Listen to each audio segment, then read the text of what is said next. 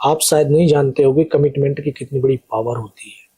करके देखो आज अपने आप से कमिटमेंट। जिस दिन कमिटमेंट करोगे, पूरी इंद्रियां ही नहीं, मौत भी आपकी मुट्ठी में होगी। हमने पढ़ा भी है, सुना भी है, देखा भी है। अर्जुन ने इतने बाण मारे थे, उनका रोम रोम बाणों से बिध गया था, लेकिन उनके प्राणों को नहीं हर पाया था। तो वही कमिटमेंट था कि आज मैं आपके सामने बैठ करके बात कर रहा हूं। ये कमिटमेंट की पावर है। कमिटमेंट से आप जो चाहते हो वो प्राप्त कर सकते हो, क्योंकि वो आपको फिर डिसिप्लिन में ला देगा, वो आपके अंदर डेडिकेशन ला देगा। बिल्कुल। वो आपको एक नई प्रेरणा दे देगा, एक ऐसी शक्ति दे देगा जिससे आप, चाहे आपका शरीर क्षीण हो जाए, लेकिन आपकी आत्मिक शक्ति को क्षीण नहीं होने देगा। मेरा साथी मुझे फर्स्ट एड कर रहा था, उसको यहां पे गोली लगती है, इधर से उसका पूरा सर निकलता हुआ देखा। बगल में से बैठा मेरा ट्रेनिंग का साथी, उसके मुख से आखिरी शब्द क्या, उसके सीने से फेफड़ों को बाहर निकलते हुए देखा। इस तरह से कुछ ही पल के अंदर मैंने अपने तमाम साथियों को खो दिया था। लोग कहते हैं कि हम 62 में हारे, हम हारे नहीं, हमने हराया है। हमने हराया। जब 120 2000 को मार सकते हैं, तो एक अगर 800 चढ़ जाते तो कितने हजारों को मार। पहले जब आजादी के बाद जस्ट, तो कितने लंबे चौड़े बंदे होते थे, शुद्ध खाना था, 1-1 किलो घी, देसी घी इंसान पी जाता था। आज 250 ग्राम पी लेगा तो बाथरूम से नहीं निकलेगा। उनमें पचाने की, मेहनत करने की क्षमता थी, बड़े गठीले शरीर वाले थे। फौज के अंदर शहरों के बच्चे बहुत कम जाते हैं, आज भी कम जाते हैं, गांवों के बच्चे जाते हैं। जब इस वर्दी को पहनते हैं, अपने आप में फक्र महसूस होता है, गर्व आता है, जुनून पैदा होता है।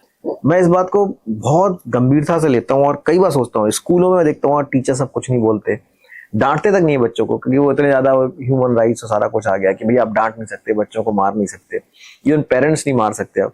लेकिन फ्यूचर के लिए आप उनको तैयार सही नहीं कर रहे हो, ये मेरा मानना है। हिंदुस्तान की वास्तविक जो हमारी संस्कृति है, जो हमारा सभ्यता है, बहुत स्ट्रॉन्ग है, बहुत मजबूत है।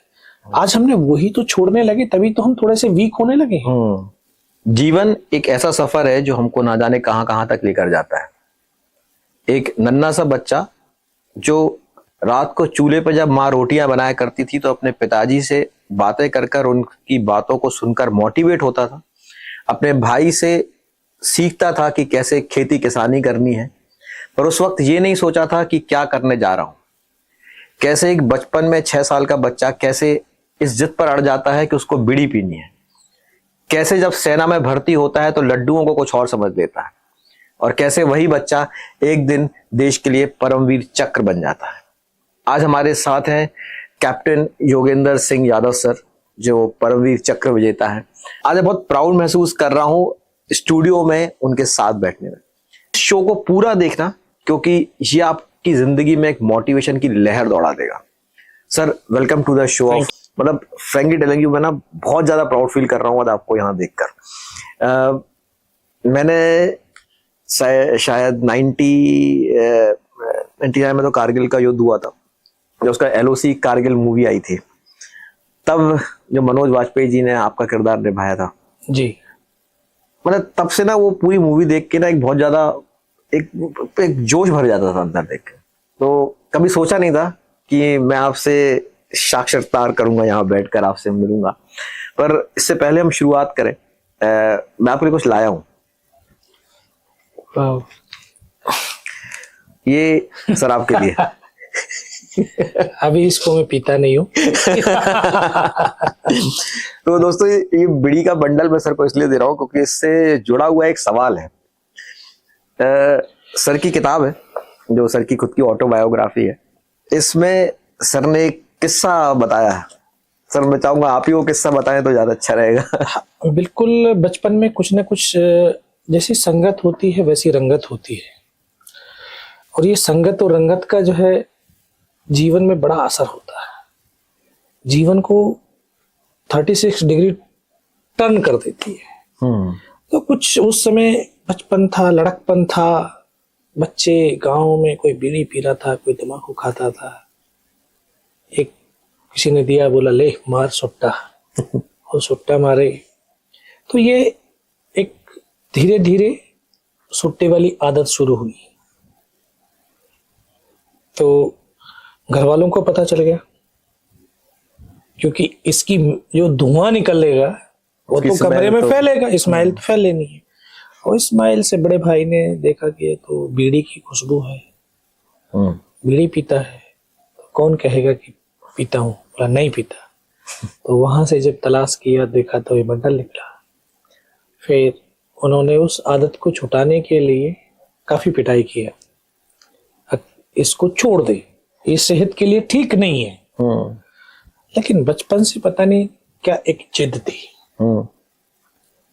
छोड़ूंगा तो अपनी मर्जी से छोड़ूंगा, किसी के दबाव से नहीं। बहुत पिटाई किया। पिटने के बाद फिर कई दिन तक मैं खाना नहीं खाया। 7 दिन और होता है, 7 दिन तक खाना नहीं खाया। फिर एक पिटाई भी होती रही, लेकिन खाना नहीं खाया। पूरा हमारे पड़ोस के, आसपास के ताऊ, चाचा, भाई सब आकर के रिक्वेस्ट करे, खुशामद करें कि बोला यार खाना तो खा ले कम से कम। खाना तभी खाया जाएगा जब बीड़ी पी जाएगी। बीड़ी कोई देने को तैयार नहीं। फिर एक जो मेरे पिताजी के दोस्त थे, पुलिस में थे, वो ले गए अपने घर। तो बोला चल खाना खा ले। खाना तो हमारे घर में भी खाना तो मैं भी खा सकता हूँ। तो फिर मगर बीड़ी पिलाओ फिर खाना खाओ। तो कितने साल के थे तब? तब मैं होऊंगा 13-14 साल का। 13-14 साल में बीड़ी पीने की जिद। फिर वो जिद थी। अब वो उन्होंने बोला बीड़ी पिएगा तभी खाएगा। मैं कहा, बोला तू सिगरेट पी।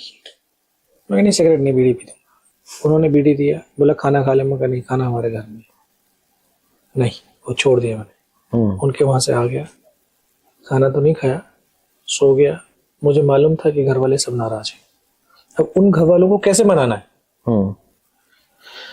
तो जो गोबर का ढेर होता है, जो पशुओं का जो, तो वो वहाँ ढेर था। मुझे लगा कि यार रात को सोते समय यार इसको अगर तू डालना खेत में शुरू करेगा तो ये मदद के लिए आएंगे, बोलना शुरू करेंगे। तो मैंने 4 बजे अपना बुग्गी और जो हमारा वो बैलगाड़ी थी उसको जोड़ा, खुद अपने फावड़े से उससे भरने लग गए। एक में डाल करके आ गया। सुबह सूरज निकलने से पहले 2 बुग्गी तो मैं डाल ही आया था। तो तीसरी बुग्गी जब भर रहा था तो तब पिताजी ने माताजी को बोला कि इसको रोटी देते ना। तो मम्मी आई, बोला रोटी खाएगा? मैं क्यों नहीं खाऊंगा, काम नहीं कर रहा। तो वो फिर इस तरह से, और फिर उसके बाद मन में अपने आप ही आया, छोड़ यार, अब मैं छोड़ूंगा। वो हैबिट थी, शायद उसने मुझे अंदर से इतना स्ट्रांग बनाया कि जब वो गोलियां मार रहे थे तो उसकी पीड़ा नहीं हुई थी। वो जिद थी कि जो बचपन की जिद, वहां जिद वो काम आई। अगर वो जिद शायद वहां ना करता मैं, तो शायद वहां पर भी मैं आज जिंदा नहीं होता। पर जिद शायद एक आदमी के स्वभाव को दर्शा रही थी उस समय। हाँ, किसी आदमी का नेचर जो होता है वो बचपन से ही वो स्वभाव दिखना स्टार्ट हो जाता है। तो वो जिद वाला स्वभाव जो आपका था वो था, मतलब बचपन से। हाँ, ये बचपन से जिद थी उस टाइम पे, और वो जिद ही थी। अभी जैसे छोटे बच्चे को जिद करने लग जाते हैं तो हम उसको पीटते हैं, ये करते हैं। कई बार उसमें क्या है, नकारात्मकता आ जाती है। लेकिन मेरे केस में उस समय नकारात्मकता नहीं आई, मैंने उसको सकारात्मक लिया। अब हर एक व्यक्ति उस समझ में शायद नहीं होगा। हम जिद करते हैं भाई, कई बार उसकी पूरी कर देते हैं। आज जिद पूरी करिए, कल फिर जो दूसरी जिद करेगा। लेकिन ऐसा मेरे साथ नहीं हुआ था। मेरे साथ वो ही एक जिद थी। बाकी एक ये भी जिद थी कि मुझे फौज में जाना है। माँ ने बोला था फौज में मत जा, पुलिस में चला जा। मैं कहा नहीं जाना तो फौज में जाना। तो वो भी एक जिद हो गई थी। भाई ने, फादर ने जब 12th में आया था, बोला भर्ती देख ले। मैं कहा 12th कर लेता हूँ उसके बाद देखेंगे। बोला नहीं, अभी भर्ती निकल रही है और 10 अक्टूबर की भर्ती, चला जा।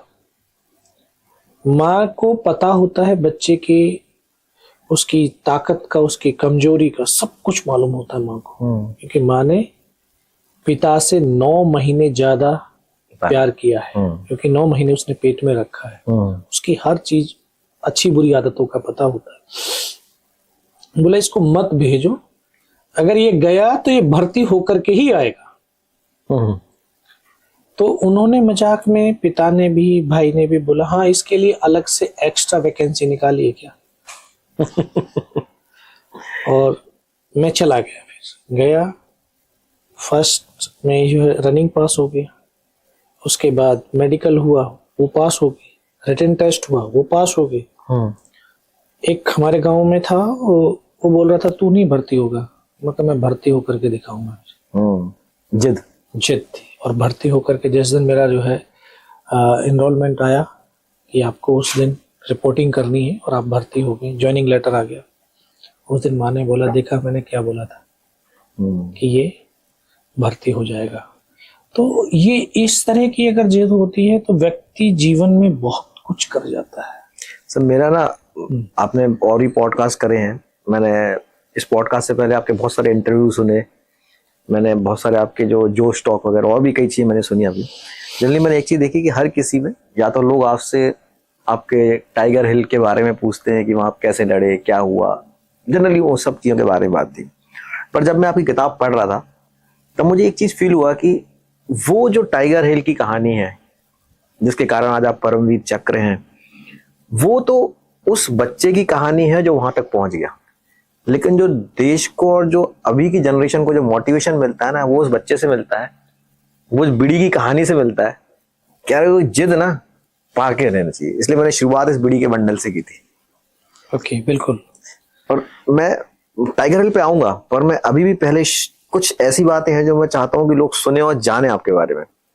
एक बार आपके भाई ने, जिनसे आप शायद बहुत इंस्पायर्ड भी हैं अपने बड़े ब्रदर से, उन्होंने आपको थप्पड़ मार दिया था और आप जाकर गन्ने के खेत में छुप गए थे, और शायद वहां भी आप रात भर, जहां पे कि डर था कि शायद जानवर वानवर आ सकते हैं, तो वहां भी आप छुपे रहे। और उसमें एक बड़ी अच्छी बात मुझे ये लगी, जब मैं पढ़ रहा था तो उसमें मुझे समझ में आया कि आपके पिताजी आपको लेने आए वहां पर उन्होंने कुछ फोर्स नहीं किया, कुछ डांटा वाटा नहीं, बल्कि आपके भाई से कहा कि जाके कंबल बस्तर ला दे, मैं अभी यहीं बैठा हूं, क्योंकि उन्हें भी यकीन था कि ये रात को बाहर आएगा जरूर। थोड़ा उसके बारे में थोड़ा बताइए।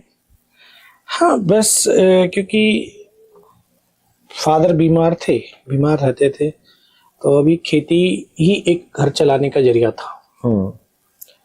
और भाई उस समय 7th क्लास में था, उन्होंने हल चलाना शुरू कर दिया, खेती की बागडोर उन्होंने। अब वो अकेला 7th में, लगभग 12-13 साल का बच्चा अकेला कैसे करे, उसको सपोर्ट चाहिए।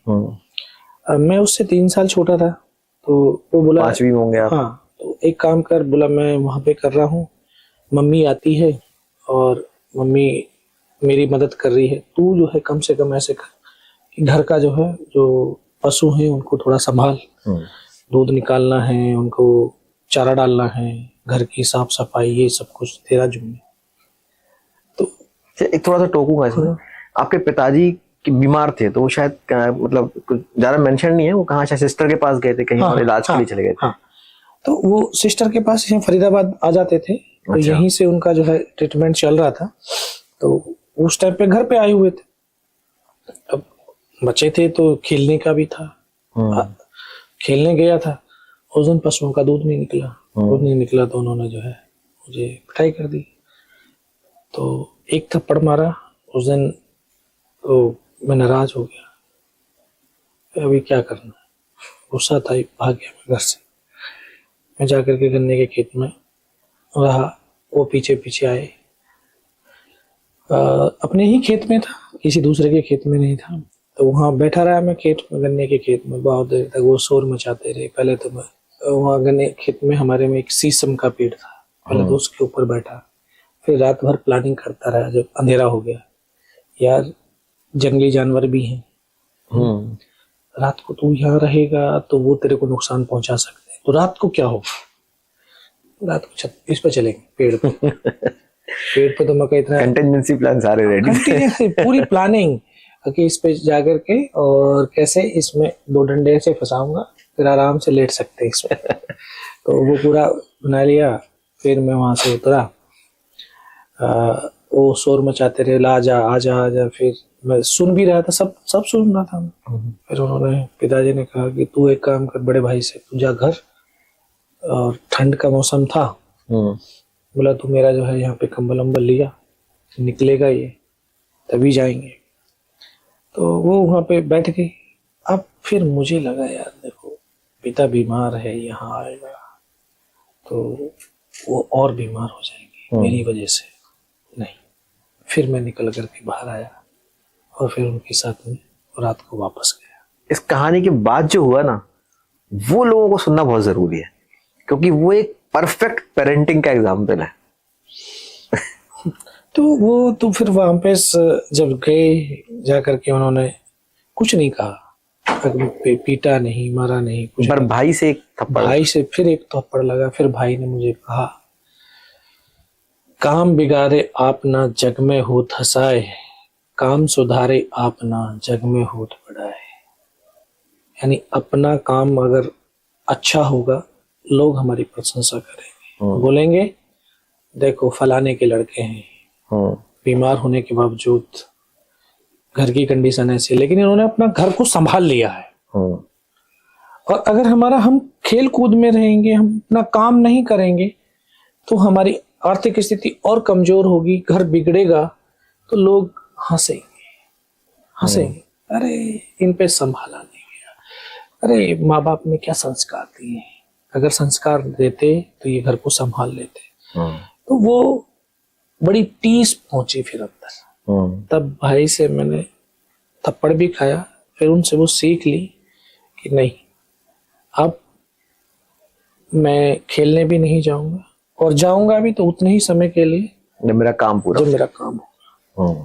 तो मैं उस दिन के बाद पूरा घर का जितना भी जो है पशुओं को खेत से चारा लेके आना है, काटना है, उनको डालना है, दूध का है, गोबर का है, झाड़ू लगाने का, सब कुछ हम करते थे। फिर उसके बाद जिंदगी ट्रेंगल में आ गई। सुबह पहले उठते ही खेत में जाना, गन्ने काट करके आने या कुछ ज्वार काट करके आना, जो चारा काट करके जो है डाल करके आना।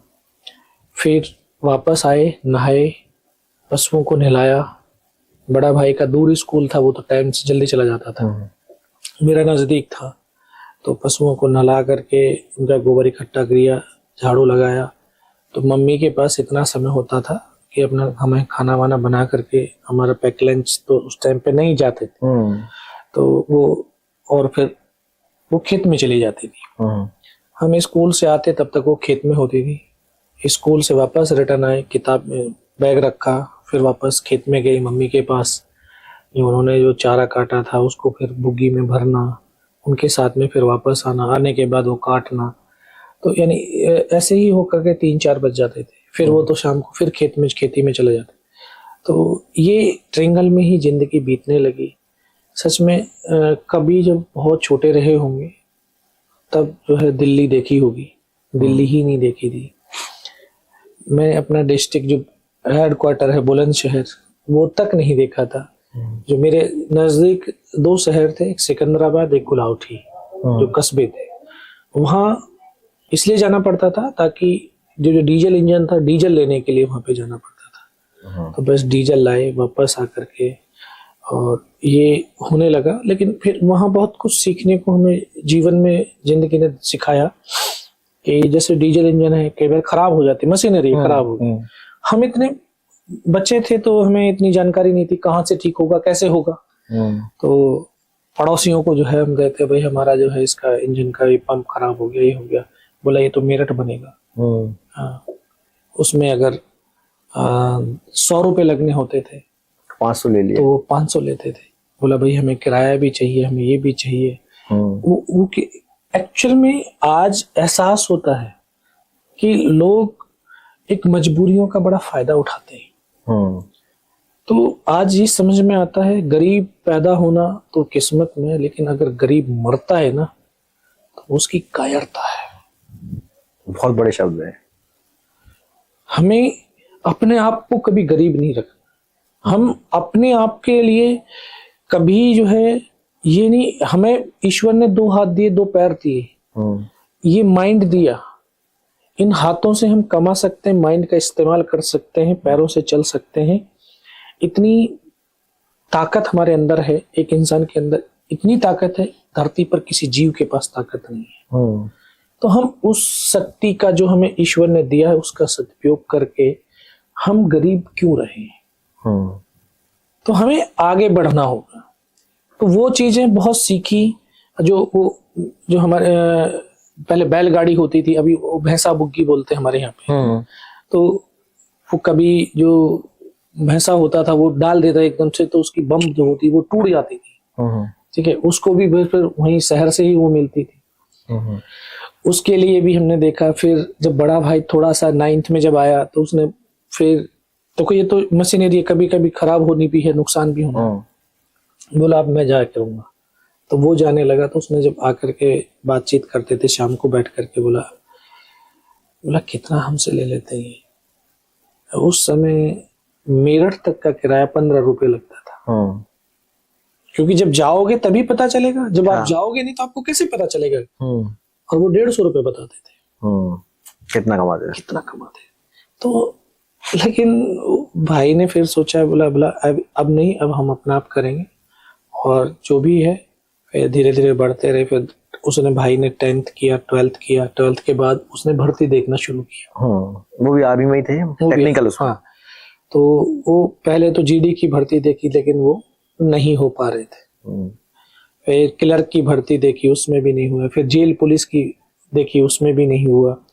फिर वो बीएससी अपना करने लगे चौधरी चरण सिंह यूनिवर्सिटी से। तो हाँ, मेरठ से। ये है गुलावटी में, ये उसका कॉलेज था। अच्छा। तो उसी कॉलेज बीएससी सेकेंड ईयर में थे। अच्छा। जब बीएससी सेकेंड ईयर में आए तो जब टेक्निकल की भर्ती निकली तो वो टेक्निकल में सिलेक्शन उनका हो गया। उस समय भी, क्योंकि आज जो हमारे नौजवान हैं वो सोचते हैं बिना सोर्स के, बिना रिश्वत के भर्ती नहीं हो सकते, जबकि गलत सोच है। आर्मी एक ऐसी जगह है जहाँ पे सोर्स न सोर्स नहीं है, कोई रिश्वत नहीं है, लेकिन दलाल बहुत बैठे, बहुत दलाल बैठे। अच्छा। उस समय भी दलाल थे। मेरे भाई को बोला कि मैं तुम्हारा ये इसको भर्ती करा दूंगा। तो भाई ने बोला नहीं, मैं अपने आप हो जाऊंगा। लेकिन फिर हमारे एक था भाई, मेरे मन में था, फादर के में था, मदर के में, अगर ये एक भर्ती हो जाए, एक बच्चा लग जाए तो घर की स्थिति सुधर जाएगी, एक सरकारी नौकरी हो जाए घर में। तो हमने कहा ठीक है यार, तुम कराओ। तो उससे दलाल से बात हुई, गांव का ही था, बात होगी। बोला इतने पैसे लूंगा। हाँ ठीक है। तो बोला कल मेडिकल है भाई, जाना। हाँ हाँ मैं चला जाऊंगा, वो तो घर में सो रहा है। तो फिर अगले दिन जब मेडिकल हुआ, भाई मेडिकल में पास हो गया। वो आया, बोला वो तो वहां गया ही नहीं। मैं कहा हाँ नहीं गया था, हमने दोपहर तक तो देखा था वहीं पे, घर पे ही था वो तो। बोला फिर उसको शाम को बुलाया, भाई तू गया? बोला नहीं। अच्छा तू ये बता। बोला मैं फोन कर दिया था, हो गया काम। कैसे, क्या बोला था तूने? बोले मैं बताया था जितेंद्र सिंह फलाना। बोला वहां नाम नहीं बोलता बेटा, वहां चेस्ट नंबर बुलाया जाता है। तो बता मेरा चेस्ट नंबर क्या है? तो ऐसे धोखाधड़ी वाले लोग आज भी हैं। तो वो उसने फिर बोला मैं कराऊंगा। बोला तू कुछ कराने की जरूरत नहीं है, मैं अपना आप हो जाऊंगा। बोला मैं तेरे को होने नहीं दूंगा। वो धमकी देने लगा। मगर भाई धमकी मत दे। भाई में काबिलियत थी, पढ़ा, उसमें रिटन पावर बहुत अच्छी थी, मैथमेटिक्स फिजिक्स। तो उन्होंने बोला तू रोक के दिखाना। बोला तेरा नंबर नहीं आएगा रिटन में। कैसे नहीं आएगा? मैं लिख करके आया हूँ कॉपी में, कोई उसको काटेगा नहीं। और नहीं तो मैं दोबारा से उसको कॉपी को निकलवा लूंगा, अगर तेरी ऐसी चल रही भी होगी। वैसे बाकी तेरे को कोई पूछता नहीं। तो ये चीजें से चलती रही तो देखते रहे। फिर वो भाई भर्ती होकर के चला गया। और जब मेरी बारी आई तो तब मुझसे बोला तुझे तो मैं जाने नहीं दूंगा, मगर तू मुझे रोक करके दिखा। तो ये चीजें जीवन में जो परिस्थितियां आती हैं ये जीवन को बहुत कुछ सिखाती हैं, तो वहीं से बचपन से सीखने लगे। कभी दोपहरी में काम कर रहे हैं खेत में, अभी हमारे धान लगाना होता है जो जून और जुलाई के अंदर, पानी गर्म, नीचे से पानी ठंडा, ऊपर से गर्म, ऊपर से धूप, तो वो जो तपन होती है वो तपन इंसान को मजबूत बनाती है, स्ट्रेंथ पैदा करती है। सर्दी वो हड्डियों को मजबूत बनाती है। तो ये जो एक खेत में जब काम करता है तो वो किसान एक बच्चे के अंदर ऐसे संस्कार स्वयं ही भर देता है, और वो ताकत ही इंसान की परिस्थितियों में काम आती है। आज मैं जब देखता हूँ नौजवानों के पास जाता हूँ तो मेंटल और इमोशनल इतने वीक हैं कि एक फिजिक्स में नंबर कम आ गए, मैथ में नंबर कम आ गए, बोर्ड में नंबर कम आ गए, उनमें इतनी स्टेमिना नहीं है, इतनी क्षमता नहीं है कि वो अपने आप को स्टेबल कर सके। मेरा एक्चुअली सवाल था इस पे, मैं पूछने वाला था आपसे, जैसे कि आपने जो गांव में दिन गुजारे बचपन में, क्योंकि मैं सोचता हूँ जितना हम बचपन में जो मेहनत करते हैं या जिस अभाव में रहते हैं वो हमको एक बहुत बड़ी सीख देता है आगे लाइफ में कुछ करने के लिए। अभी जो प्रेजेंट जनरेशन है, मुझे गांव का आइडिया नहीं है कि वहाँ पे कैसे हैं बच्चे, पर शहरों में से हम देखते हैं कि बच्चे सभी लगभग एक सेमी लग्जरी लाइफ में तो जीते ही, कि भाई एसी स्कूलों में जा रहे हैं, एसी बसों में जा रहे हैं, घर में एसी लगे हुए हैं, हाथ में मोबाइल फोन है, मोबाइल फोन पे कितनी भी गोलियां चला रहे हो। पर क्या ये उनके लिए सही है? और आने वाले टाइम में, क्योंकि जब जनरेशन उस क्या कहते हैं उस पीड़ा को और उस मेहनत को नहीं झेलेगी तो आगे जाके आर्मी में कैसे भर्ती होंगे, और क्या इसका इम्पैक्ट आगे आर्मी पे ही पड़ेगा? बिल्कुल, देखिए कई चीजों का इम्पैक्ट हमारे पूरे देश पे पड़ता है। देश की ही एक संस्था आर्मी भी है कि हमारी जो व्यवस्था है, पारिवारिक व्यवस्था है हिंदुस्तान में, परिवार से गांव बनते, गांव से एक सोसाइटी बनते, सोसाइटी से फिर अपना प्रदेश है, देश, इस तरह की व्यवस्था है। तो जो परिवार में जो इस तरह का जो पहले 5 साल बच्चे के जीवन के बड़े इंपॉर्टेंट होते हैं, उसी में वो समझता है और बहुत सारी चीजों को धारण करता है। पहले उसी टाइम पे उसका सोशल डेवलपमेंट होता है, क्योंकि 5 साल के बच्चा जो है बाहर खेलने चला जाता है, पार्क में जाएगा या वहां जाएगा। उस टाइम उसके इमोशंस में जो स्ट्रेंथ आने लगती है, इमोशंस को वो किस तरह वीक कर रहा है या स्ट्रेंथ कर रहा है, ये उस परिवार के ऊपर डिपेंड करता है। उनके आसपास के जो पेरेंटिंग है, जो चाचा है, ताऊ है, दादा है, दादी है, उनके ऊपर निर्भर करता है। आज क्यों कमजोर हो रहे हैं? क्योंकि दादा दादी, नाना नानी, चाचा चाची तो है ही नहीं। आज तो हम अकेले हैं, बीवी है, बच्चे हैं, मैं पति है, सही बात। फिर उसके बाद पार्क, और एक हाथ में मोबाइल है। एक हाथ में मोबाइल है। उस टाइम पे मोबाइल था नहीं।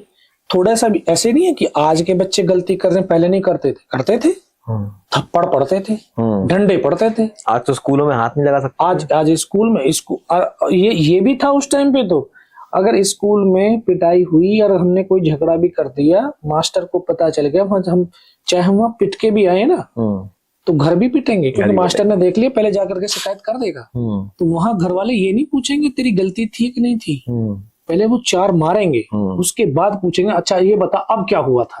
बोला उस बच्चे ने ऐसे कर दिया था इसलिए मैंने मारा। अच्छा मतलब तो पीट लिए अब तो हम। तो वो जो पीटने से जो हम रोते थे वो इमोशन से स्ट्रॉन्ग होते। अब आज हम अपने बच्चे को फूल की सेज पे रखते हैं और हम नहीं चाहते कि हमारे बच्चे को ना हम पीटते तो ना हमारा कोई दूसरा कोई पीट सके। कबीरदास ने बहुत अच्छा दोहा जब लिखा था, है ना, गुरु शिष्य कुंभ कुम्हार है, गड़गड़ काढ़े खूट, अंतर हाथ सहार दे, बाहर बाहे चोट। क्या बात है। जब तक चोट नहीं पड़ेगी, ये तो कच्ची मिट्टी है, कच्ची मिट्टी को भाई पानी से गूंथना पड़ता है, फिर उसको चाक पे चढ़ा करके उसका एक नई आकृति बनाता है। बन गई आकृति, लेकिन उसमें कोई क्षमता नहीं है। आपने बच्चा है, उसमें कोई संग्रह करने की क्षमता नहीं है। उसको वो बना करके नीचे रखता है, धूप में सुखाता है, फिर सूखी मिट्टी लगाता है, फिर उसको थपकी से पीटता है, तब धीरे धीरे धीरे धीरे करके वो मिट्टी टाइट होती है। और जब वो टाइट होती है फिर उसको आग में तपाता है, तब जाकर के उस बर्तन का एक स्वरूप बन करके, ताकि उस बर्तन में कुछ वस्तुएं संग्रह करने की क्षमता होती है। आज वो कच्ची मिट्टी है, इसको ना धूप में तपा रहे हो, ना आग में पका रहे हो, तो इसमें आप क्या चीज संग्रह कर सकते हो? संग्रह की क्षमता ही नहीं है। और जब संग्रह की क्षमता नहीं है तो इसीलिए सुसाइड है। देखो, मुझे यही लगता है कि क्योंकि हम ये संग्रह की जो तपाई होनी है वो होती नहीं है। मुझे बहुत एक मन में ना कई बार मैं सोचता हूँ कि आने वाले समय में देश की आर्मी, जिसमें तो बिल्कुल तपे हुए लोग चाहिए, पता नहीं वहां क्या होने वाला है। मैं इस बात को बहुत गंभीरता से लेता हूँ और कई बार सोचता हूँ। स्कूलों में देखता हूँ और टीचर सब कुछ नहीं बोलते, डांटते तक नहीं है बच्चों को, क्योंकि वो इतने ज्यादा ह्यूमन राइट्स और सारा कुछ आ गया कि भैया आप डांट नहीं सकते, बच्चों को मार नहीं सकते, इवन पेरेंट्स नहीं मार सकते अब। लेकिन फ्यूचर के लिए आप उनको तैयार सही नहीं कर रहे हो, ये मेरा मानना है। बिल्कुल, देखिए गांव में अभी भी पिटाई होती है, क्योंकि मैं तो गांव से ताल्लुकात, हम तो हर महीने घर जाते रहते। गांव में अभी भी बच्चों की पिटाई होती है और बच्चे, ऐसा नहीं है कि वहां पर भी इस शहरी माहौल का असर ना पड़ा हो, गांव के ऊपर भी असर पड़ा है। लोगों के बच्चों के हाथ में मोबाइल आया है, लेकिन पिटाई भी है पिटाई। शहरों में पिटाई नहीं है। शहरों में पिटाई इसलिए नहीं है क्योंकि जो है, एक चीज मेरी समझ में आती थी कि जब कोई पीटता था तो पिटाई के बाद बच्चा बहुत देर तक रोता था, तो चाची आ जाती थी, दादी आ जाती थी, ताई आ जाती थी, वो उसको चुप करने की कोशिश करती। यहाँ तो किसको कोई आएगा नहीं। तो यहाँ अब जब ज्यादा देर तक बच्चा रोता है तो माँ परेशान हो जाती है।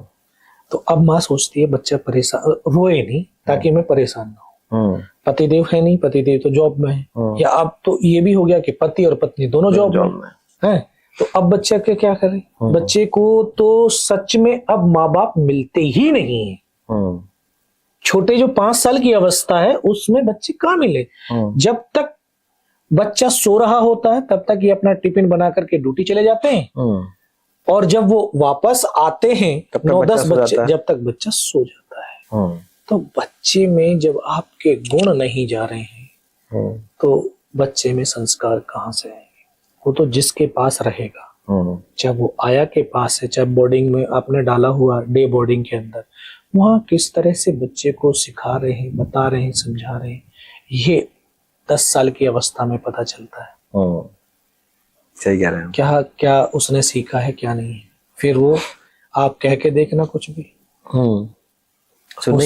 नहीं सुनेगा भी नहीं, और ज्यादा करोगे तो बोला मैं पंखे पे लटक जाऊंगा, मैं मर जाऊंगा। जब मरने का शब्द पहले गाँव में बोलते थे ना, मर जाऊंगा, पहले 4 डंडे मारते थे और फिर बोलते थे बोल चल मर के दिखा तू अभी।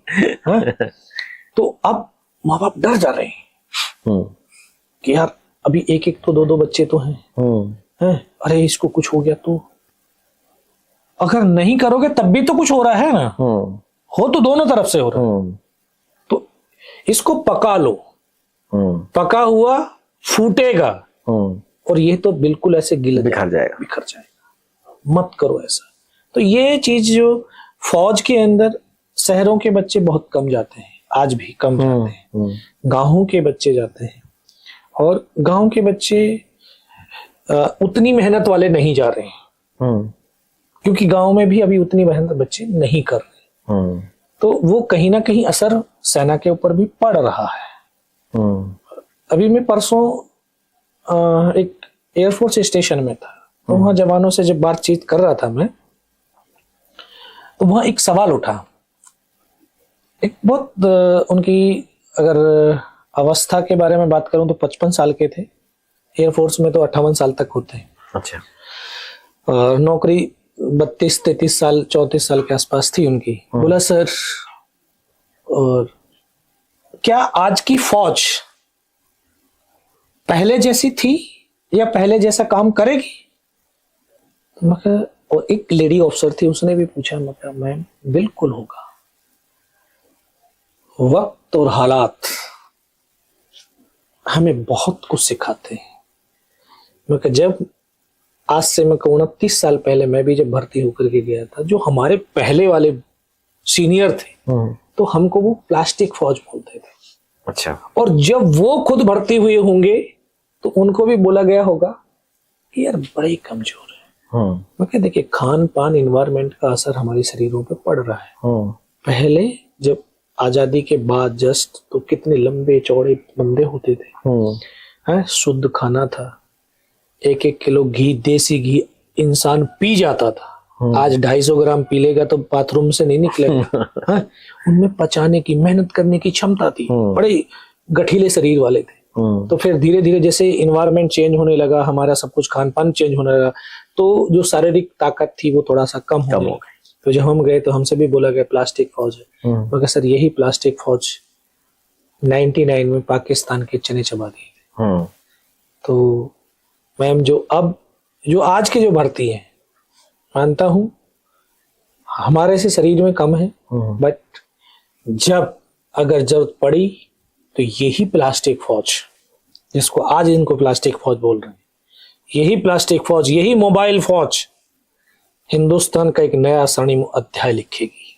क्योंकि जो ट्रेनिंग हमारी है, हमारा जो इन्वायरमेंट है, हम तप्त भट्टी में तपते 9 महीने, और वो तप्त भट्टी हमें हमारे जो भाव और भावनाएं हैं उनको परिवर्तित कर देती है एक फौजी के रूप में। आज जो वर्दी पहनी है ये एक फौजी की वर्दी है, और ये कोई मामूली कपड़ा नहीं है, इसमें लाखों सैनिकों का खून समाहित है। जब इस वर्दी को पहनते हैं अपने आप में फक्र महसूस होता है, गर्व आता है, जुनून पैदा होता है।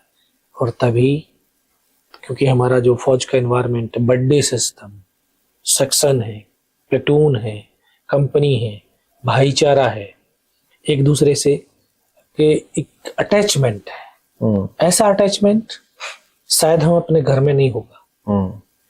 वहां पे एक जैसे माँ और बच्चे का होता है, ऐसे होता है। तभी तो जब साथी सामने वाला आगे चल रहा होता है ना, अगर गोली सामने से आ रही है तो पिछले वाला आगे वाले को धक्का दे देता है, तो इधर हट, मैं मरता हूं तेरे लिए। तो ऐसे होता है, जब पीछे वाला अगले वाले को धक्का देगा तो अगले वाला पीछे वाले को धक्का देगा। यानी हम अपने साथी के लिए मर जाते हैं। तो ये ट्रेनिंग से आता है, ये इन्वायरमेंट से आता है, ये कल्चर से आता है। वहां की जो संस्कृति है, जो सभ्यता है हमारी फौज की, हालांकि वो हर चीज को परिवर्तित करने की क्षमता रखती है। हिंदुस्तान की वास्तविक जो हमारी संस्कृति है, जो हमारा सभ्यता है, बहुत स्ट्रॉन्ग है, बहुत मजबूत है। आज हमने वही तो छोड़ने लगे, तभी तो हम थोड़े से वीक होने लगे। नहीं तो हम कभी वीक हो ही नहीं सकते। मैं कल पढ़ रहा था, एक उसने सीधा बोला कि जो है पश्चिम ने पूरब वालों को, यानी हिंदुस्तान वालों को सपेरों का देश कहा। बोला ये तो सपेरों का देश है, बीन बजाते हैं, ये करते हैं। अरे हमने जो ना इसको मजबूत किया है, तुमने इसके ऊपर काम किया तो हमने इसके ऊपर काम किया। ये डेवलप हो गया, अगर ये वीक है तो आप कुछ नहीं कर पाओगे, कुछ नहीं कर पाओगे। आपका ये वीक है, ये स्ट्रांग है, ये बिल्कुल वीक है, तो आप बहुत कुछ कर पाओगे। तो EQ अगर मजबूत है आपका, तो IQ अपना बढ़ जाएगा। तो हमने IQ के ऊपर जोर दिया, हमने EQ के ऊपर जोर दिया। हमने जीना सिखाया इंसानों को कि यार जब हम ये माइंड, ये दोनों चीज एक साथ अगर जुड़ती हैं, ये अगर इसको हम सोचें कि आटा है, पानी यहाँ है, इमोशंस, सही बात। आटे से रोटी नहीं बनती है। मैं बच्चों से पूछता हूँ, मैं बेटा रोटी किसकी बनती है? बोला सर आटे की बनती है। ले मेरे आटा ले ले, बना दे। नहीं नहीं नहीं, पानी मिलाना पड़ेगा। पानी कहाँ से आएगा? इमोशंस। वो चीज जब तक हमारी, हम इसलिए इमोशंस जो को मजबूत करती है हमारी ऑर्गेनाइजेशन, और इसलिए हमारा देश पश्चिम की संस्कृति से इमोशंस वीक हो रहा है, क्योंकि उन्होंने मशीनों का उपयोग किया। अरे हिंदुस्तान, क्योंकि मशीन क्या है, इमोशंस हीन है, उसमें इमोशंस नहीं है, उसको तो बटन दबाओ चल देगा। हमारे यहाँ आत्मीयता है, इमोशंस है, तभी हमारा भाईचारा है, तभी हमारा मेल मिलाप है, और तभी हम इतने स्ट्रॉन्ग है। आज एक सैनिक नहीं लड़ता है, पूरा देश लड़ता है, देश लड़ता है। आपको पता है आपकी डेट ऑफ बर्थ है 10 मई 1980, सही बोल रहा हूँ ना? यस। आप मुझसे बस 7 दिन बड़े हैं। मेरी है 17 मई 1980। अरे वाह। तो जब मैं आपकी किताब पढ़ रहा था तो मैं अपनी वाइफ से बोल रहा था, मैं कहा 99 में जब सर टाइगर हिल पे पहुंच गए तब तो हम कॉलेज में लड़कियां देख रहे थे। मतलब it was so inspiring. Yes. Sir फौज के ऊपर आते हैं, मतलब क्योंकि पॉडकास्ट का भी एक लिमिट है, बहुत लंबा तो हम नहीं बात कर पाएंगे, वरना चाहूं तो मैं, मन तो कर रहा है कि बहुत कुछ बात कर लूं। तो फौज में जो मूवी में भी दिखाया गया, आपके एक बड़े गहरे मित्र थे, उनका नाम भी योगेंद्र सिंह यादव था, थोड़ा उनके बारे में भी बात कर लें। बिल्कुल। हाँ, वो योगेंद्र यादव जी यहाँ हस्तिनापुर के थे, मेरठ। अच्छा, मेरठ में रहा हूँ 3 साल। हाँ, तो हस्तिनापुर एक जगह पर थी, वो रहने वाले थे। सीनियर थे, 10 साल सीनियर। अच्छा, 10 साल सीनियर थे। सर्विस में भी 10 साल सीनियर थे। तो हाँ, एक नजदीकी थे, तो एक दोस्ताना हुआ। फिर उस दोस्ताने से जो है, फिर क्यों दोस्ताना इसलिए होने लगा, क्योंकि मैं लगभग उन्हीं की टीम में रहने लगा। तो हम कंपनी कमांडर की टीम में रहते थे, हम घातक में रहते थे, तो साथ में जाना, साथ में आना, और फिर वो ऐसे धीरे धीरे और दोस्ती होगी। फिर क्योंकि बड्डी सिस्टम होता है ना, बड्डी तो ये समझो कि उसका सब कुछ है। आपके बड्डी वही थे? हाँ, हम दोनों बड्डी थे। तो वो लड़ाई में भी साथ में, फिर ऐसा हुआ कि लड़ाई में भी साथ में आए। और मुझे वो पल याद है कि जो जाने से पहले ना, एक दिन अगले दिन जाना है हमने अटैक के लिए, बोला हलवा बना ले यार। मगर कैसा, सूजी का या आटे का? आटे का बना। ठीक है, आटे का हलवा बनाया। तो और भी थे मेरठ के दूसरे, बोला आ जाओ रे, हीरो ने आज हलवा बनाया। तो इधर के ये प्रतापपुर साइड के 2-3 जाट थे, बोला हीरो ने हलवा बनवाया है, तो जाटों ने चूरमा बनाया, भाई आ जाओ मिलकर के खाएंगे। हाँ ठीक है। तो बोला किसने बनाया? बोला इसने बनाया। अच्छा भाई, खाया पिया चले गए। वो मेरी शादी में आया था। 1 महीने पहले हुई थी आपकी? 1 महीने पहले शादी हुई थी। मैं सबको निमंत्रण दिया था, सब छुट्टी पे थे उस टाइम पे। मैं बड़ा खुश नसीब, उसमें समझो मेरे जो नजदीक के जो थे, लगभग उस समय शादी छुट्टी पे थे, और उस समय मेरी शादी। आपकी शादी पे किताब में भी आपने मेंशन किया है। तो वो शादी में आए। मेरी 5 मई की शादी थी, वो 13-14 मई को छुट्टी काट के चला गया था। तो जब मैं गया था वापस छुट्टी काट करके, तो तब वो बैटल चल रही थी, लड़ाई। तो तोलोलिंग फतेह होने के बाद जब हम वापस उतरे थे 20-22 दिन के बाद, सबकी दाढ़ियां बनी हुई थी, चेहरा पूरा काला पड़ा हुआ था। तब वो बोला कि मिठाई लाया रे? मैं कहा हाँ लाया हूँ, मिठाई लाया हूँ, घी भी लाया हूँ। तो क्यों आया? क्यों? और क्यों नहीं आना? छुट्टी खत्म होगी तो आना तो है ही यार। आप लोग यहाँ पे हो तो मैं कैसे रह सकता हूँ? और सच में उस समय, क्योंकि जो बचपन से सपना देख रहा था कि युद्ध लड़ना है, आज वो मौका आया है, उसको कैसे छोड़ देता। फिर नीचे उतर के आए, हम नदी में नहाने भी गए। 22-25 दिन के बाद में नहाए उस दिन। फिर टाइगर हिल की तरफ मोबिलाइजेशन हो गया। टाइगर हिल से पहले जो तोलोलिंग, तोलोलिंग में आप लड़ नहीं रहे थे? मैं तोलोलिंग में आप फाइटिंग पोर्टर्स, हाँ, आप वो सामान शायद एम्युनिशंस को पहुंचाने का काम। बिल्कुल, मेरे उसमें एम्युनिशन और राशंस को। और आप शायद 18 घंटे आपने पहाड़ों पे चढ़ा। और वो देखिए, जब हम कई बार ऐसे भी होता ना कि जैसे हम हमने बहुत कुछ डिग्रियां प्राप्त कर ली हैं, हमने सब कुछ, इतना सब कुछ हो गया, फिर लगता है यार मेरा एक होता ना सपना सा कि इतना बड़ा ऑफिस होगा, ये होगा, वो होगा। मैं जो सपना देखता था यार, जब लड़ाई होगी तो बंदूक होगी और मैं लड़ रहा हूँगा, लेकिन जब लड़ने की बारी आई तो बंदूक नहीं बल्कि थैला थमा दिया। बोला पहले ऐसे कर। वहाँ 15 जवानों की टीम थी हमारी। वहाँ ऊपर पहले दिन तो बड़ा कठिन हुआ, दूसरे दिन एहसास हुआ यार गोली चलाना आसान है, ये काम बहुत कठिन है। क्योंकि सर सुबह उठ करके सामान लेकर के चलना है, ऊपर से लगातार गोलियां चल रही हैं, उनके 20 से 30 किलो का सामान आपकी पीठ पर, 20-25 किलो वजन लेकर के चलना, अम्नेशन भी है, राशन भी, उनको जो फॉरवर्ड में लड़ रहे हैं को कंटिन्यूटी पहुंचाना है। चेन सिस्टम होता है हमारा, वो ब्रेक नहीं होनी चाहिए। फिर जब दूसरे दिन जो मैं गया, मैं कहा यार ये जो बंदा है ना जिसको मैं आज राशन और अम्नेशन दे रहा हूँ, ये इसलिए लड़ पा रहा है क्योंकि मैं इसके पास लगातार ये सामान पहुंचा रहा हूँ। और इसको भरोसा है कि जो हमारे जो पीछे जो जवान है ये रुकेंगे नहीं, मुझे यहाँ पर नियत्ता नहीं करेंगे। तो उस सोच ने मुझे इतनी ताकत दी कि हम 3 जवान 22 दिन तक ना सोए थे, ना खाया था, ना पिया था, ना रुके थे, ना थके थे, बस चलते रहे। और उसी काम से हमारी पहचान भी बनी कि तीनों जवान फिजिकल मेंटल बहुत स्ट्रांग है। सर मैंने पता सवाल क्यों पूछा आपसे, एक्चुअली मैं बीच में अभी रजांगला की बैटल के बारे में मैंने एक वीडियो बनाया था, मैंने पूरा पढ़ा भी उनके बारे में। कुलपी यादव जी उन्होंने बुक लिखी है, वो भी आए थे तो उनसे ही बात हुई। उस रजांगला की बैटल में ना वो शायद हम जीत जाते, मेजर शैतान सिंह के अंदर जो थे सारे अहीर जवान थे उसमें भी, बिल्कुल वो हम जीत जाते। प्रॉब्लम केवल इतनी थी कि कोई वहां पर सामान नहीं पहुंचा रहा, क्योंकि नीचे वालों को पता ही नहीं था कि ऊपर युद्ध चल रहा है। यस, उनके पास जो 600 गोलियां बची थी वो उनसे ही लड़ते रहे, उनको सामान पहुंचाने वाला कोई नहीं था। और शायद ये इम्पोर्टेंस आप जो काम कर रहे थे वो इम्पोर्टेंस शायद वहां से जुड़ती है।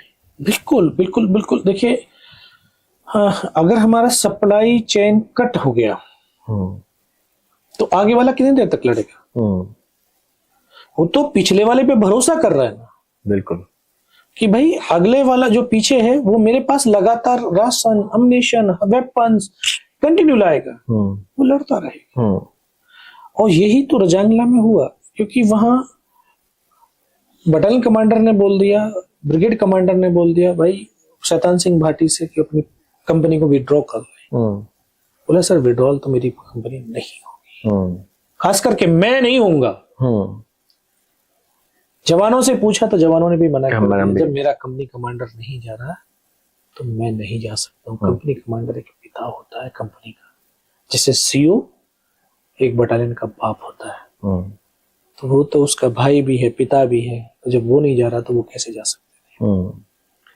और पीछे से सपोर्ट नहीं हुआ सच में, कि उनको अगर वहां पे सप्लाई मिल जाती, सप्लाई चेन चली जाती, तो शायद 114 जवान वो शहीद ना होते। 5 से 6 अटैक उन्होंने झेले, 5 से 6 अटैक, 2000 से ज्यादा चाइनीजों को मार दिया। लोग कहते हैं कि हम 62 में हारे, हम हारे नहीं, हमने हराया है। हमने हराया। जब 120-2000 को मार सकते हैं तो एक अगर 800 चढ़ जाते तो कितने हजारों को मार। तो बिल्कुल सर, ये तो कोई वो नहीं, क्योंकि हमारा ये हर चीज पे लागू है। आप देखो घर के अंदर, घर भी तो उसी का समर्था है। आप कमाने वाले हो, यानी आप फॉरवर्ड में लड़ रहे हो। जो हमारी बीवी हैं, हमारे बच्चे हैं, वो क्या है? वो हमारा सपोर्ट सिस्टम, वो सपोर्ट सिस्टम है। बिल्कुल। तो ये सपोर्ट सिस्टम जब कट ऑफ होता है तो फॉरवर्ड वाला अपना आप वो हो जाता है। तो ये हम बहुत चीजें, सब कुछ जो है एक ये पूरा स्पिरिचुअल है, बिल्कुल आध्यात्म है।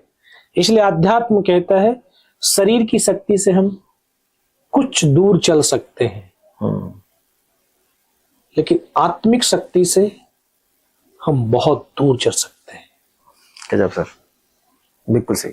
और आज इसके प्रमाण पूरी दुनिया देख रही है। वो जो बेचारी शीतल है, हाथ नहीं है, पैरों से गोड़ लगाती है। हाँ? एक वो दीपा मलिक है, हाँ। हाँ? दीपा मलिक है, व्हील चेयर पे, हड्डी टूटी हुई है, लेकिन आज भी दुनिया को मोटिवेट कर रही है।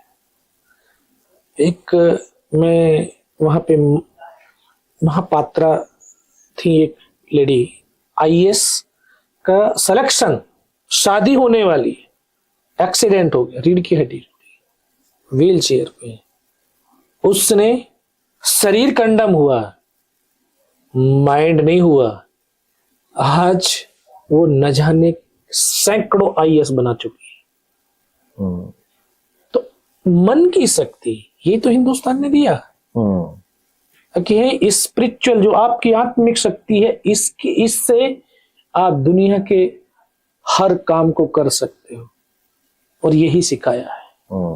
तो वहां जब लड़ाई चल रही थी तो इतनी शरीर की शक्ति जरूर काम आती है, लेकिन उससे कहीं बड़ी शक्ति हमारे मन और आत्मा की थी, जिससे जवान 13,000 से 18,000 फीट ऊंचे पहाड़ों पर चढ़ गए। चेहरों से खून टपक रहा है, गोलियां एक एक करके एक एक साथी के सीने को पार करती चली जा रही हैं, लेकिन पैर नहीं कर पा रही। उसका भी कारण था। हमारे यहाँ जो परंपराएं हैं, माँ युद्ध में जाने से पहले बेटे को विजय तिलक लगाती है और ये कहती है, सीने का दूध पिलाया है, सीने पर गोली खाना है। कोई माँ अपने बेटे को कायर नहीं कर सकती। यहाँ की जो पत्नियां हैं, वीरांगना हैं, वो भी अपने पति को कायर नहीं देख सकती। कायर पति को तो छोड़ देती है, वो भी अपने पति को योद्धा देखना चाहती है, वीर देखना चाहती है। मांग में सिंदूर रहे या न रहे, लेकिन मेरा जो मांग का सिंदूर है उस पर मैं गर्व कर सकूं।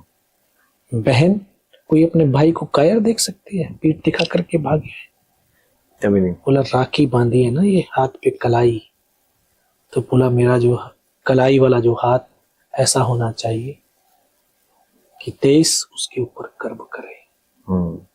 कोई बच्चे, यहां तक बच्चे, आज की जनरेशन चाहे कैसी भी है, आज की जनरेशन भी अपने बाप को जो ना कायर नहीं देख सकती। उसको कहे कि बोला मेरा पापा जो ना फक्र महसूस करना चाहते।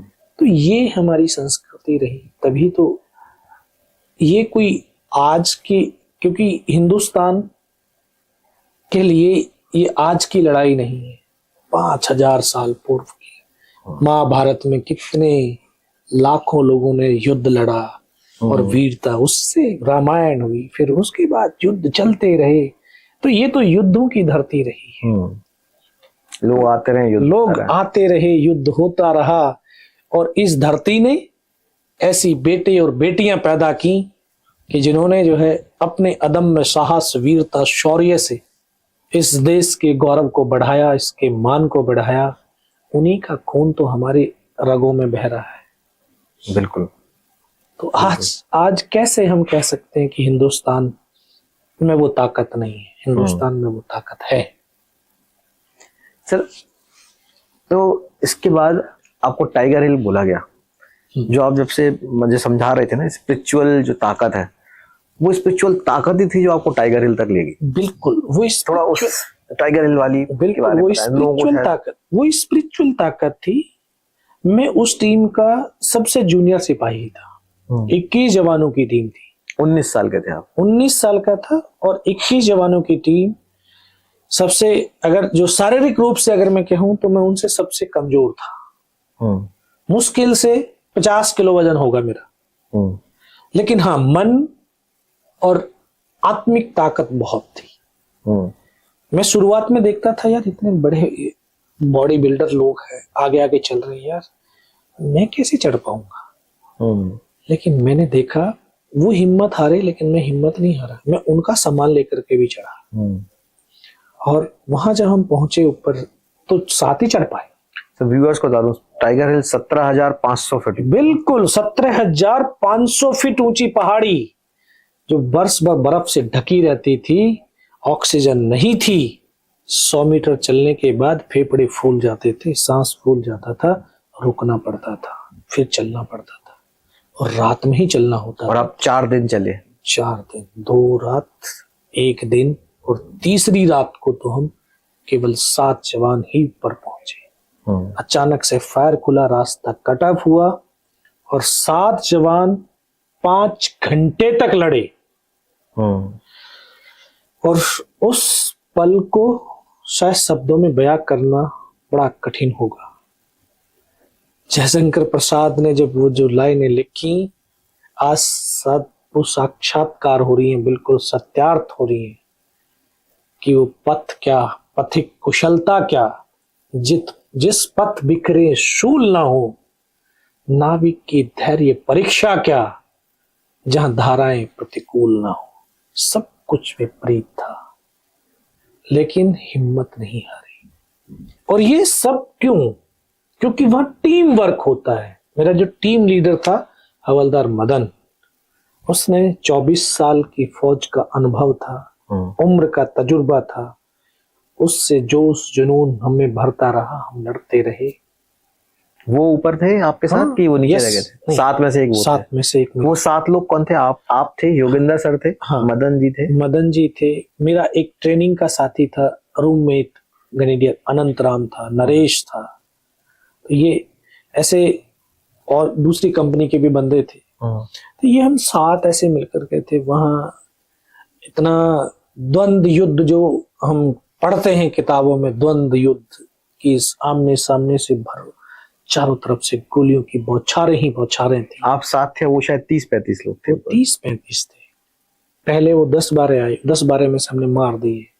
फिर वो 30-35 का झुंड आया, क्योंकि 50-60 मीटर ऊपर तो उनकी एक कंपनी का डिप्लॉयमेंट था।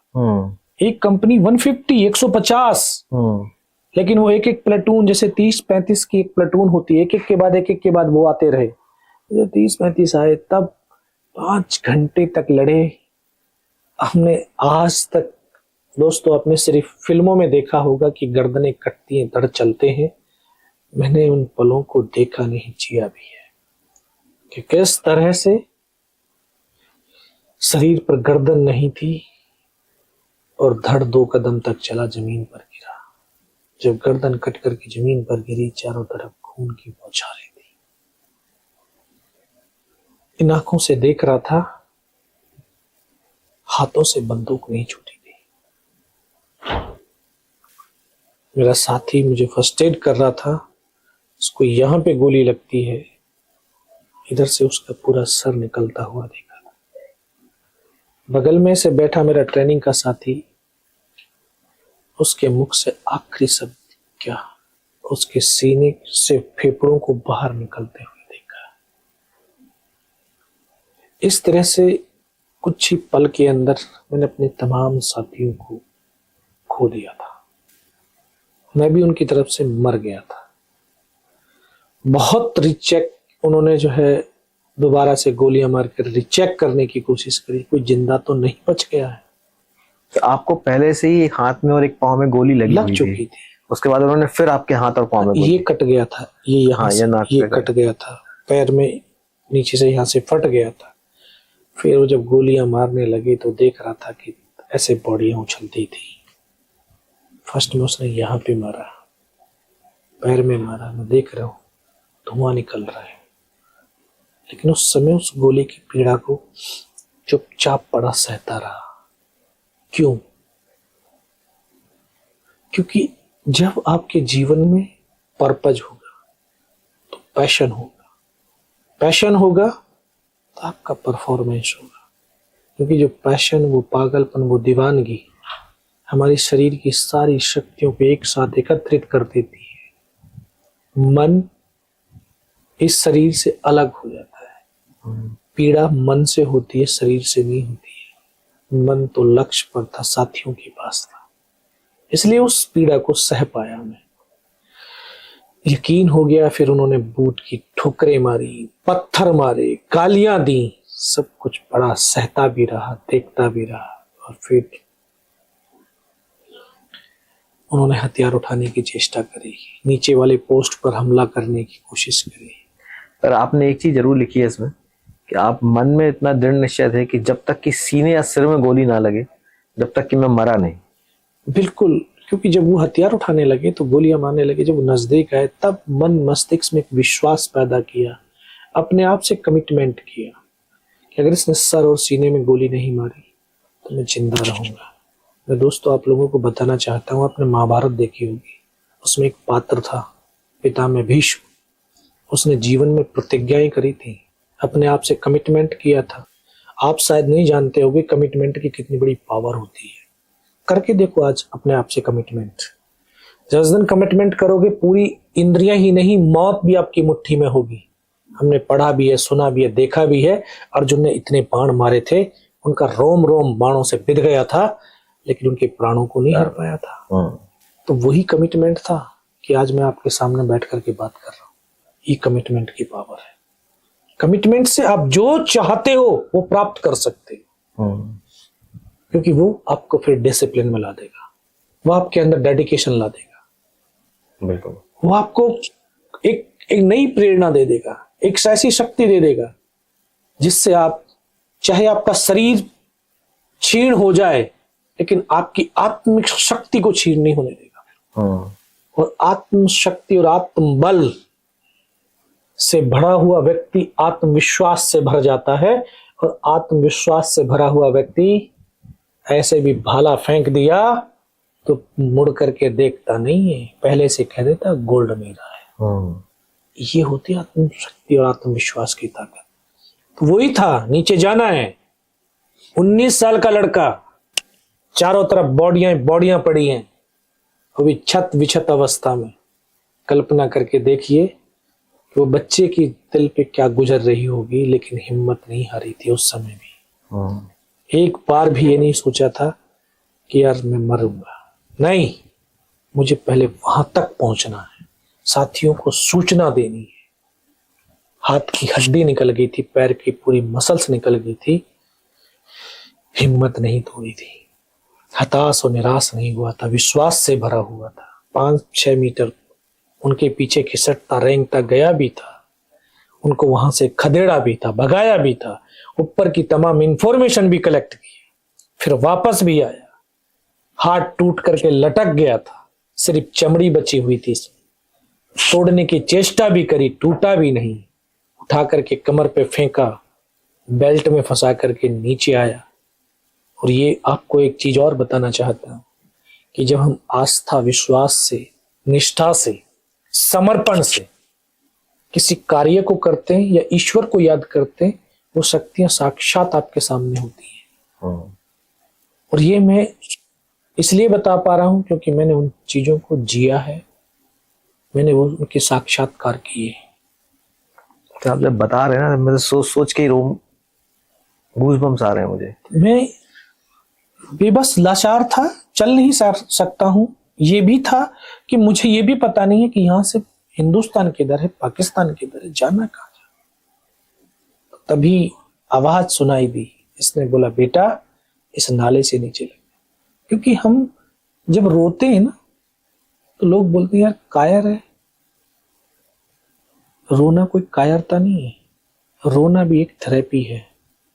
जैसे लाफ्टर थेरेपी है, हंसना थेरेपी है, वैसे रोना भी एक थेरेपी है। जब हम रोते हैं या हंसते हैं अपने आप से कनेक्ट होते हैं। हम क्या है? हम बॉडी, शरीर नहीं है। ये पश्चिम भी आज मान रहा है हिंदुस्तान की संस्कृति को कि हम बॉडी या शरीर नहीं है, हम सोल है, एक आत्मा है, जिसको ये शरीर इस धरती पर कुछ काम करने के लिए दिया गया है। तो जब हम अपने आप से कनेक्ट होते की बात करते हैं तो अपने परमात्मा से कनेक्ट होते हैं। तो जब मैं अपने रोता हुआ अपने आप से कनेक्ट हुआ तो परमात्मा से कनेक्ट हुआ, तो सुदर्शन चक्रधारी से कनेक्ट हो गया और तुरंत आवाज आई, बेटे योगेंद्र इस नाले से नीचे की तरफ चला जा। फिर 500 मीटर पहाड़ी पर उड़कता हुआ नीचे आया, अपने साथियों को इन्फॉर्म किया। जो आप फिल्मों में देखते हैं, जब कोई ग्रेनेड फटता है, छत विछत हो जाती है, उसकी कपड़े सेम कंडीशन थी। कोई कह नहीं रहा था कि जिंदा रहेगा, लेकिन विश्वास था अंदर जिंदा रहूंगा। उसी विश्वास ने मैं जिंदा रखा। पीछे कमांडिंग ऑफिसर तक लेके आए, कोई ऐसे साधन संसाधन नहीं थे, कंधे पे डाल करके लेके आए। मैं पानी के लिए चिल्ला रहा हूं लेकिन पानी नहीं दे रहे, क्योंकि वो मुझे जिंदा देखना चाहते थे। कि डॉक्टर से कंसल्ट नहीं करेंगे। हाँ, जब तक शाम हो गई, ब्लड तो बह गया था, फर्स्ट एड भी हुआ था, लेकिन ब्लड इतना निकल के दिखाई देना बिल्कुल बंद हो गया। फिर जब कमांडिंग ऑफिसर के पास गया, उन्होंने बोला बेटा मेरे को पहचानता मैं कौन हूँ? नहीं साहब, तेरा commanding officer colonel Kushal Chand Thakur, जय हिंद साहब, सर्दी लग रही है बहुत तेज। तो पिता है हमारा। अपने टेंट में लेटाया, 3-4 स्टॉप चलवाए, थोड़ी सी गर्मी आई महसूस हुई। फिर एकदम से बोला कुछ बताएगा? सब थोड़ा सा पानी पिलाओ। जबान ऐटने लगी। डॉक्टर आया दौड़ करके, उसने ग्लूकोज पिलाई, थोड़ी सी और एनर्जी सी आई। तब फिर मैंने ऊपर का तमाम घटनाक्रम उनको बताया, ऊपर की जो इन्फॉर्मेशन थी उससे अवगत कराया। फिर लास्ट में उन्होंने बस यही कहा, जवान की रिक्वायरमेंट क्या है, हम और क्या दे सकते जवान को? मगर सर फील्ड पट्टी और अम्नीसन ज़्यादा से ज़्यादा दे दीजिए। तो जैसे माँ बाप है, बच्चे से सबसे यही पूछते हैं बेटा खाना खाया? उन्होंने एकदम से पूछा खाने के लिए पर्याप्त मिलता है? भूख नहीं लगती है। तो कहते कहते तभी फिर डॉक्टर ने इंजेक्शन लगा दिया। फिर पता नहीं मुझे कहाँ पर 3 दिन के बाद होश आया, देखा ऊपर पंखा चल रहा है। पता चला श्रीनगर हॉस्पिटल में। वहीं पर पता चला कि टाइगर हिल के ऊपर विजय पताका फहरा दिया। और टाइगर हिल की जीत कारगिल का युद्ध यू टर्न था, सीज फायर हो गया। और फिर आज हम 26 जुलाई को कारगिल विजय दिवस मनाते हैं। मुझे भी यहाँ दिल्ली बेस हॉस्पिटल रेफर किया, 16 महीने हॉस्पिटल में रहा। 16 महीने। और फिर वापस भारतीय सेना में गया, 25 साल भारतीय सेना में सेवा की। तो आप जब सेना में दोबारा गए तो एज ए सोल्जर ही गए कि कुछ अलग पोजीशन? हाँ, कुछ अलग? मुझे प्रमोट कर दिया गया था, नायक बना दिया था। हाँ, फिर वहीं से फिर दोबारा से हवलदार बना, जो हमारे जो क्वालिफिकेशन होती है। तो फिर हवलदार से नायक सूबेदार, सूबेदार मेजर। फिर उसी टाइम पे फिर एक ललक जो होती है ना, जिद, देखो यहाँ भी आई। जब तक हमारे अंदर कुछ चीज हिट नहीं होती ना, तो जब मैं हॉस्पिटल में था तो कुछ जो शरद यादव है, डीपी यादव, ये कुछ मंत्री थे, इन्होंने गाँव में जाकर के सम्मान करना था। तो मुझे हॉस्पिटल से लेकर के गए गाँव में। कभी स्कूल के अंदर क्लास में खड़ा नहीं हुआ। आज 25 से 30 हजार की भीड़, वहां मेरे से नेता लोग बोल रहे हैं कि खड़ा होकर के 2 शब्द बोल। मैं उनको ऐसे देख रहा हूँ, मेरी घबराहट हो रही है। उन्होंने माइक पकड़ा दिया, बोला तेरे लिए आए, हमारे लिए नहीं आए। माइक पकड़ा, ऐसे हाथ कांप रहा था, पैर कांपने लगे। फिर इतना ही बोल पाया, मैं आप लोग आए, बहुत बहुत धन्यवाद, जय हिंद। लेकिन उस समय फिर एक फील हुआ, नहीं योगेंद्र, ये तो जीवन भर का है,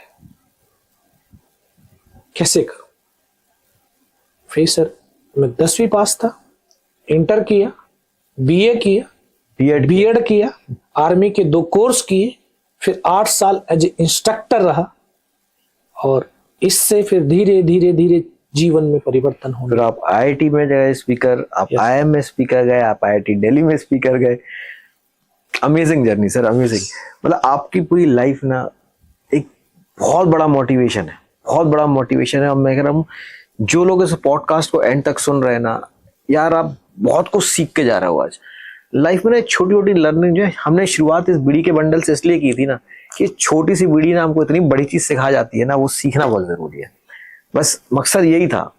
मतलब जब मैंने आपकी बुक पढ़ी, मैं कहूँगा मैंने बुक पढ़ी भी नहीं, जब मैंने पहली बार बुक का कवर देखा ना, मैंने उसी वक्त अरूप को फोन लगाया।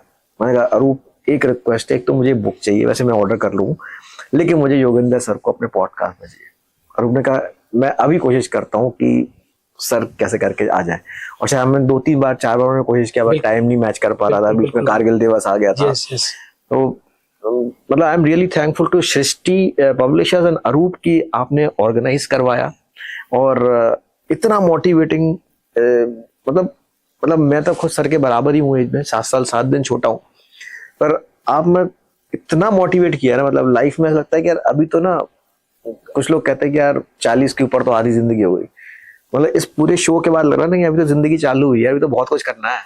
बिल्कुल, मुझे तो लग रहा था जैसे फौज में जब भर्ती हुआ था कि ये मेरी जिंदगी है, लेकिन रिटायरमेंट होने के बाद में मुझे बहुत लगा कि नहीं, अब जिंदगी स्टार्ट हुई।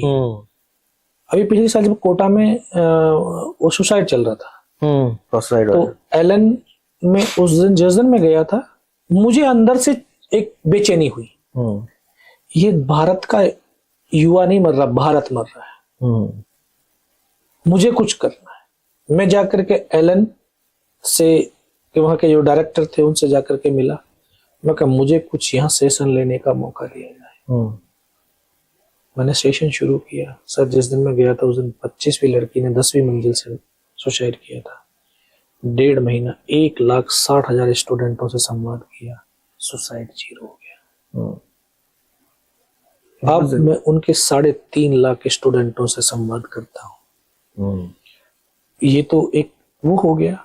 फिर आज इन बच्चों के सामने इस वर्ष जो 2024 है, ये कारगिल जीत के जो है रजत जयंती वर्ष है, 25 साल 300+ फैमिलियों से मैं इन यूथ को मिलाया है, लेके आया हूं उनके सामने। तो इसलिए मन में आया यार, मेरे साथ जो लड़े थे ना, मैं एक यूनिट तक सीमित नहीं रहा। इंडियन आर्मी की 545 भारत माँ के बेटों ने शहादत दी है। मैं जब हम चलते हैं ना, लास्ट में बोला जाता है आखिरी लेटर लिख दो। तो आखिरी लेटर में क्या लिखते हैं? यार मैं ठीक हूं, आप लोग अपना ध्यान रखना। लेकिन जब चलते हैं ना मस्ती में, ये तो पता है ना मरना तो है। तो आपस में जैसे हम आप बैठे हैं, यार अगर मैं मर गया ना तो एक बार घर जाना, देखना वो क्या कर रहे हैं। मुझे फील हुआ यार सबके साथ तो ऐसे ही होता है।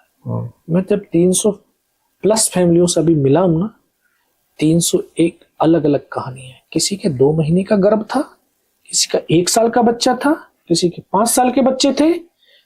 26 जुलाई देश के लिए कारगिल का युद्ध बंद था और उनके जीवन का युद्ध शुरू हो गया था। 25 साल हो गए वो अपने जीवन का युद्ध लड़ते लड़ते। आज जब स्टूडेंट्स को यही कहता हूं, मैं उन परिवारों को भी कहता हूं जो छोटी सी समस्याओं से हताश निराश हो जाते हैं। अरे जाओ आपके गांव शहर मोहल्ले में कोई शहीद का परिवार रह रहा होगा, उसके चरणों को छू के देख लेना, तुम्हारी समस्या इतनी सी दिखाई देगी, पल भर के अंदर खत्म हो जाएगी। आज स्टूडेंटों से कहा यार तुम्हारी फिजिक्स केमिस्ट्री बायोलॉजी मैथमेटिक्स ये प्रॉब्लम्स है, इसके लिए तुम इतने हताश निराश होते हो। इसलिए इसके लिए तुम अपनी माँ और इस भारत माँ को कायरता के उसमें लेके जाते हो, क्योंकि कोई माँ कायर और डरपोक पैदा नहीं करती है। तुम सुसाइड करके तो उनको बदनाम करते हो। अरे ये देखो ना, ये 22 साल की 21 साल की लड़की होगी उस समय, जिसने अपने बच्चे को अपने गर्भ में पाला, 25 साल उसको संवारा, और आज अपने पैरों पे खड़े करके आज हमारे बीच आस की, विश्वास की और साहस की प्रतिमूर्ति है। इसके चेहरे पे देखो कभी जो है ना तुम्हें शिकस्त नहीं दिख रही होगी। ये भी तो हमारे देश की बेटी है ना, ये उसकी बेटी अपने पैरों पे खड़ी है। इससे बड़ा और क्या मोटिवेशन होगा। बस ये जीवन का मैंने एक लक्ष्य था मेरा कि अब आगे चल करके मैं यही सोचूंगा हर साल उन परिवारों को कहीं ना कहीं जो भी शहीद हो रहे हैं उनको यूथ के बीच में लाना। ये मेरे जीवन का मकसद है। मेरे जीवन का आखिरी मैं ये देखता हूँ, लोग जिंदगी जीते, मैं मौत को जीता हूँ कि यार मेरी मौत भी हो तो युवाओं के बीच हो। क्योंकि देखते हैं ना आप जिस तरह की एनर्जी से के साथ में रहते हो, तो वैसे ही आपकी हाव भाव होते हैं। तो मैं तो युवाओं के बीच रहता हूँ, आज भी युवा। सर बहुत बहुत शुक्रिया आपका शो पे आने के लिए और इतना मोटिवेटिंग चीजें बताने के लिए। आपकी पूरी लाइफ ही मोटिवेटिंग है, मतलब मैं शब्द कम पड़ जाएंगे मेरे पास, मैं बोल नहीं सकता, मतलब क्या बोलूं मैं। दोस्तों प्लीज मैं रिक्वेस्ट करूंगा आप ये बुक जरूर पढ़ें, the hero of tiger hill. Sir की खुद की ऑटोबायोग्राफी है, अमेजिंग। मतलब आज हमने जितनी बात की है ये इस बुक का मतलब 5% भी नहीं। बहुत कुछ है, बहुत कुछ है। प्लीज ये हिंदी, इंग्लिश और मराठी में भी है, तो जरूर पढ़िएगा। ये मैं इसलिए नहीं कह रहा हूँ क्योंकि मुझे बुक की मार्केटिंग करनी है, कोई पेड पॉडकास्ट से नहीं भाई, ना ये पेड पॉडकास्ट से, ना या कोई बुक की मार्केटिंग करना चाहता हूँ। सर को इसलिए बुलाया क्योंकि मैंने जब ये बुक पढ़ी तो मैं खुद बहुत मोटिवेट हुआ। मुझे लगा कि यार ये ऐसा कंटेंट है, ये ऐसी ट्रू स्टोरी है जो सबको पता होनी चाहिए। इसलिए बस मैं आपसे चाहता हूँ कि यार ये किताब जरूर पढ़ना। आपके जीवन को एक लक्ष्य दे देगी, आपके जीवन को एक मोटिव दे देगी। Sir thank you very much, हमारे शो पर आए। Thank you very much. Thank you.